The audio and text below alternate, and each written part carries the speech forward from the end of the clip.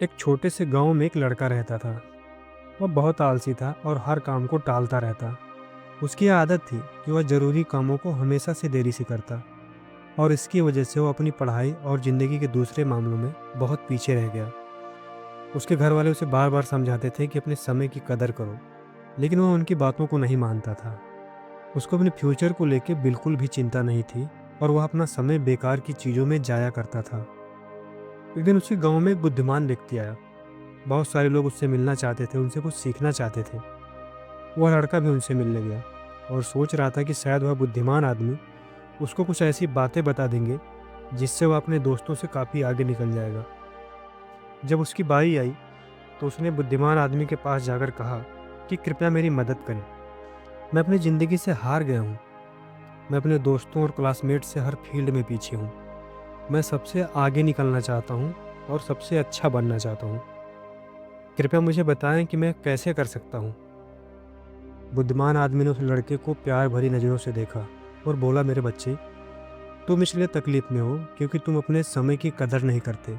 तुम हमेशा काम को टालते रहते हो और अपने अनमोल समय को बेकार की चीज़ों में जाया कर देते हो। चलो मैं तुम्हें एक छोटी सी कहानी सुनाता हूँ जिससे तुम समय की कदर कर पाओगे। लड़का उनकी बातों को ध्यान से सुनने लगा। बुद्धिमान आदमी ने कहानी शुरू की। एक बार एक राजा था जो बहुत दयालु और उदार था। उसको अपनी प्रजा से बहुत प्यार था। वह हमेशा उनकी मदद करता था। एक दिन उसने अपने एक पुराने दोस्त से मुलाकात की जो उसके साथ स्कूल में पढ़ता था। वह दोस्त बहुत ही उदास और गरीब था। उसके पास न नौकरी थी, न पैसा और न ही इज्जत।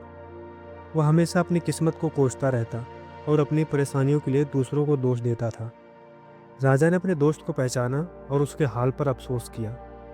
उसने अपने दोस्त से उसकी ज़िंदगी और परेशानियों के बारे में पूछा। दोस्त ने बड़े ही उदासी से कहा, हे राजन, मुझे समझ में नहीं आता कि क्यों सब कहते हैं कि मैं कुछ नहीं कर सकता।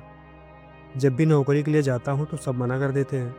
लोगों ने सबको बता दिया है कि मैं कभी भी काम को टाइम पे नहीं करता। मैं समझ नहीं पा रहा हूँ कि मैं क्या करूँ।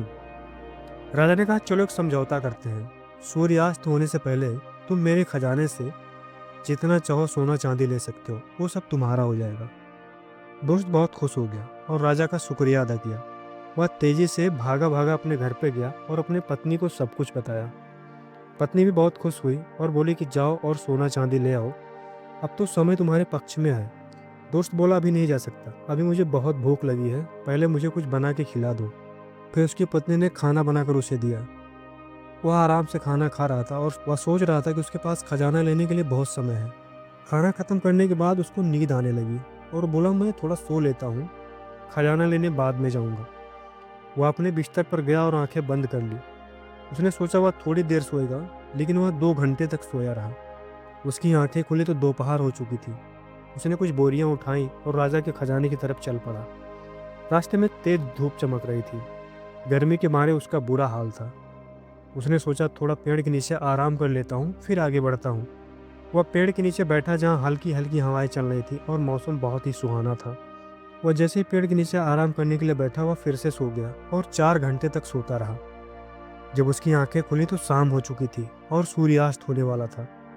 वह जल्दी से उठकर दौड़ने लगा और महल की तरफ गया, लेकिन तब तक देर हो चुकी थी और सूर्यास्त हो गया था।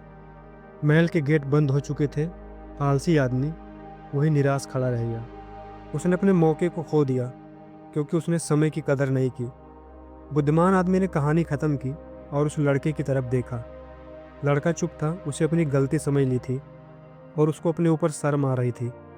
उसने बुद्धिमान आदमी का शुक्रिया अदा किया और अपने आदतें बदलने की कसम खाई।